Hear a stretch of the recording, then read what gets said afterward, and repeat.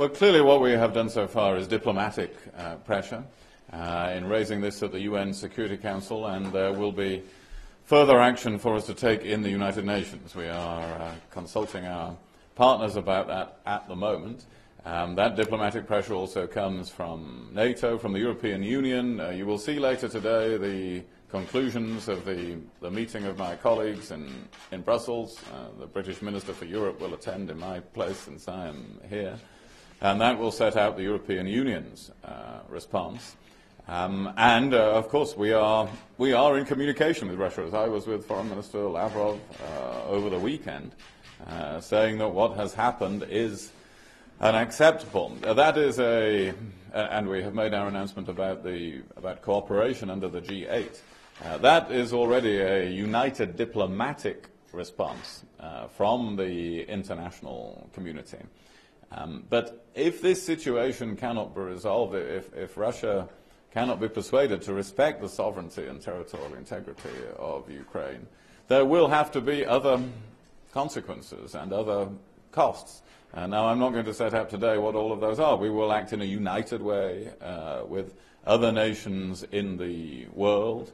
The European Union meeting today will indicate some of the areas that might be involved, subject to the discussions of my colleagues in Brussels. So Russia should be in no doubt about this. This is something that we take very seriously, that we have to take very seriously, because if this becomes the normal way of behaving in the world, of intruding upon and violating the sovereignty of neighbours, well, then clearly that would be an even bigger crisis in international affairs. We're not discussing military options at the moment. As I've indicated in my earlier answer, pressure has been diplomatic. Other pressure could take an economic form. The UK is not discussing military options.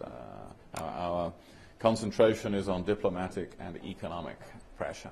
Our interest in the United Kingdom is in a free, democratic, stable and prosperous Ukraine, able to make its own decisions without outside interference and without duress from other countries in the world.